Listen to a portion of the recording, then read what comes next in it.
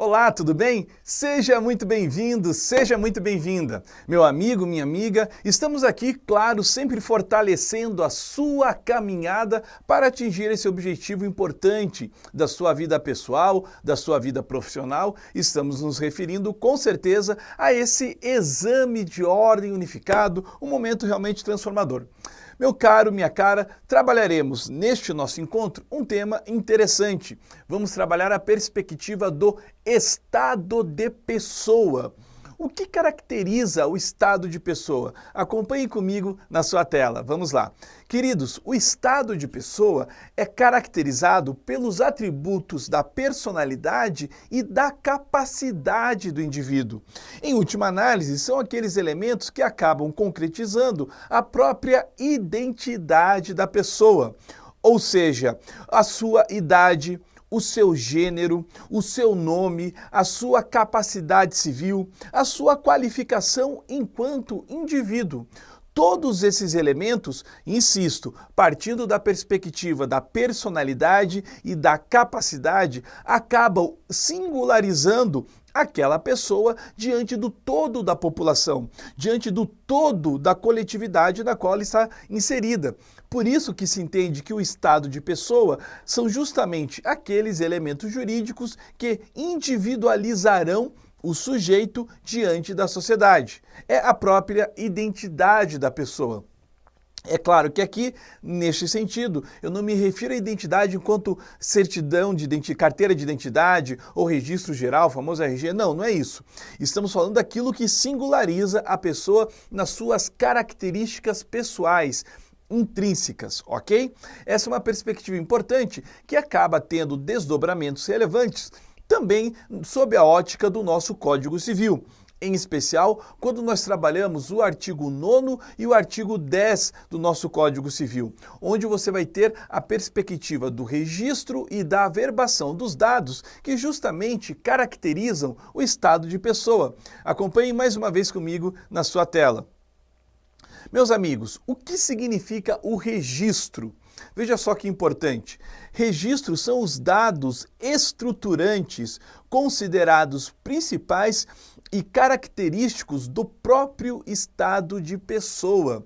Ou seja, o seu nascimento é objeto de registro, o óbito é objeto do registro, a sua situação de capacidade civil é também objeto de registro, à luz do que determina o Código Civil no seu artigo 9º. Já a averbação, ao seu tempo, ela representa informações complementares que alteram ou ainda modificam, atualizam, as próprias informações ou ainda as informações próprias do registro. Aqui, é claro, meu querido, minha querida, utilizei esses carimbos aqui para ilustrar, porque isso tem a ver com o procedimento cartorial, de acordo com a Lei de Registros Públicos, que também trabalharemos na sequência, ok? Vamos fazer uma síntese disso comparando o artigo 9º e o artigo 10 do nosso Código Civil. Veja só que interessante. Temos lá no artigo 9º, serão registrados em registros públicos. Significa aqui, meu amigo, minha amiga, que nós temos aqui as informações principais, ok? Essa é uma ideia importante. Os nascimentos, casamentos e óbitos. A emancipação por outorga dos pais ou por sentença do juiz. A interdição por incapacidade absoluta ou relativa. Incapacidade absoluta, artigo 3º. Incapacidade relativa, artigo 4º. Essa é uma questão que deve ser com atenção observada. Não esqueça do Estatuto da Pessoa com Deficiência, que acabou readequando o artigo 3º do nosso Código Civil.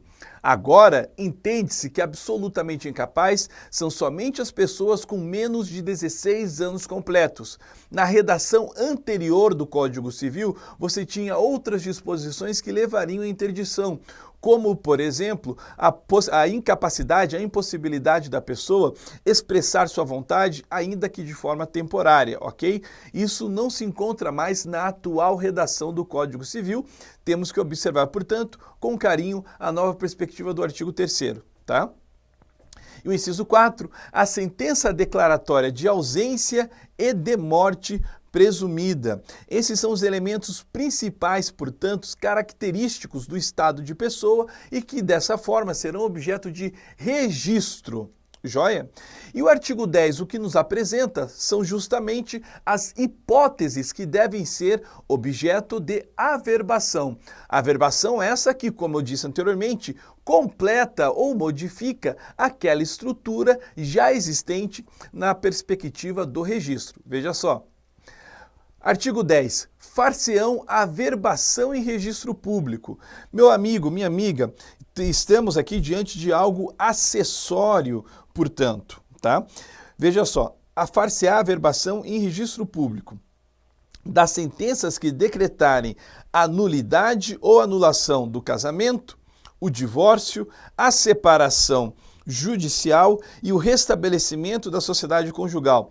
Perceba, eu só posso ter anulação de casamento onde o casamento foi, é claro, anteriormente celebrado. Ou seja, eu registro o casamento e averbo eventual sentença de anulação dele.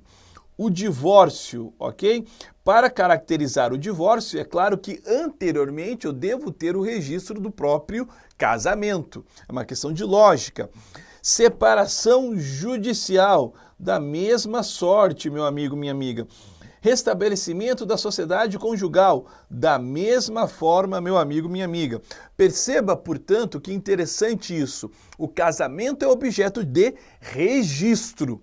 O que acontece com o casamento, a sorte do casamento, se houve divórcio, se houve separação judicial, se houve anulação, se houve o restabelecimento da sociedade conjugal, tudo isso será objeto de averbação, ok? São modificações ou informações complementares àquela anteriormente estabelecida sob a ótica do próprio casamento. Adiante. Dos atos judiciais ou extrajudiciais que declararem ou reconhecerem a filiação. Veja só, se eu tenho o assento de nascimento como sendo objeto de registro, evidentemente que situações análogas, como por exemplo, os atos judiciais ou extrajudiciais que declarem ou reconheçam a filiação, deverão evidentemente ser objeto de averbação, portanto, ok? Essa é uma dinâmica importante. Registro tem as informações principais, averbação são as informações que modificam ou complementam aqueles respectivos dados. Registro, artigo 9º do Código Civil, averbação, artigo 10, todos eles fazendo referência ao estado de pessoa. Vamos falar agora da perspectiva da Lei de Registros Públicos, é a Lei 6015 de 73. E é claro, aqui o faremos em função dos dados interessantes do estado de pessoa. Em uma particularidade, a perspectiva do direito ao nome. Acompanhe comigo mais uma vez na sua tela, por favor. Meu amigo, minha amiga, a Lei de Registro Público é a Lei 6015 de 1973. É uma lei interessante, ela regulamenta a atuação de todos os registros públicos do país, de registro de imóveis, passando ao registro de pessoas naturais, passando também pelo registro de pessoas jurídicas, todo e qualquer cartório ou tabelionato do país e tem o seu funcionamento regulamentado pela Lei 6015 de 73. É uma lei interessante que, eventualmente, você podendo dar uma olhadinha, vale a pena. O que tem sido o objeto de avaliação no exame de ordem em face da Lei de Registros Públicos? Aquilo que nela se refere ao direito ao nome, ao menos dentro da nossa disciplina aqui de Direito Civil 1. Ok? O direito ao nome, que é um direito da personalidade que está presente naquele rol de direitos que vão do artigo 11 até o artigo 21 do nosso Código Civil. Então, nesse sentido, o direito ao nome tem uma passagem muito importante dentro da Lei de Registros Públicos. Acompanhe comigo mais uma vez. Artigo 56. O interessado, no primeiro ano após ter atingido a maioridade civil, Aqui, meu amigo, minha amiga, adequando a redação para o nosso momento atual, não se fala da maioridade civil, mas sim da capacidade civil, seja pelos 18 anos completos, seja pelas hipóteses de emancipação que estão presentes no parágrafo único do artigo 5º do nosso Código Civil, ok? Então, o ponto-chave, a referência aqui é a capacidade civil, seja ela em função da idade, com 18 anos completos, seja ela em função das hipóteses de emancipação, ok?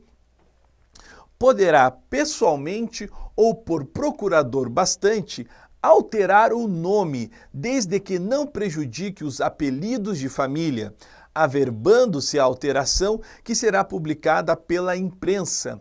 Ou seja, de modo desmotivado, sem uma justificativa mais profunda, mais aguda, a pessoa pode alterar o seu prenome se não prejudicar o sobrenome ou ainda o patronímico. Essa que é a ideia fundamental. Mas isso existe uma janela de oportunidade para tanto. Tendo adquirido a capacidade civil, você tem um período aí de 1 ano nessa perspectiva. E se trata, é claro, de um prazo decadencial nessa leitura. No primeiro ano, após ter atingido, enfim, a capacidade civil, ok? Então é uma questão importante referente aí do direito ao nome. No artigo 57 temos outras informações interessantes. A alteração posterior de nome, ou seja, posterior a esse prazo de 1 ano, considerada a aquisição da capacidade civil, somente por exceção e motivadamente. Opa, agora eu tenho que ter uma justificativa aguda, convincente, ok? Após a audiência do Ministério Público, será permitida por sentença do juiz a que tiver sujeito o registro. Ou seja, meu amigo, minha amiga, a hipótese do artigo 56 é uma hipótese extrajudicial. A hipótese do artigo 57 de alteração do prenome é uma hipótese judicial, ouvido o Ministério Público e, é claro, deve estar muito bem fundamentada pela parte interessada, ok? Bom, adiante. Arquivando-se o mandado e publicando-se a alteração pela imprensa, ressalvada a hipótese do artigo 110 dessa lei, que os senhores podem verificar na sequência, tem uma ligação direta com a perspectiva da segurança. O parágrafo 8º do artigo 57 também é uma questão interessante. O enteado ou a enteada, havendo motivo ponderável e na forma dos parágrafos 2º e 7º deste artigo, ou seja, do artigo 57, tá? Melhor dizendo, é justamente o artigo 57, ok? Poderá requerer ao juiz competente que, no registro de nascimento, seja averbado o nome da família de seu padrasto ou madrasta, desde que haja expressa concordância destes, sem prejuízo de seus apelidos de família. Ou seja, o enteado ou a enteada pode sim adquirir o patronímico do seu padrasto, da sua madrasta, o sobrenome das respectivas famílias, desde que isso não altere, não prejudique já o seu assento de nascimento em relação ao nome do seu genitor, da sua genitora, ok? São considerações importantes, interessantes, porque se trabalha com a perspectiva do direito à igualdade, na perspectiva de uma nova entidade familiar, que é tão reforçada pelo direito civil, numa leitura de direito constitucional civilístico também. Perfeito? Queridos, esse foi o tema desse nosso encontro, dessa nossa aula de hoje. Veja com atenção, são questões simples, mas porém merecem ser olhadas com carinho. Registro, averbação, artigo 56 e 57 da Lei de Registros Públicos. Um grande abraço, continue firme nos seus estudos e estamos aqui sempre à disposição para colaborar nessa sua vitória. Um grande abraço e até breve. Valeu!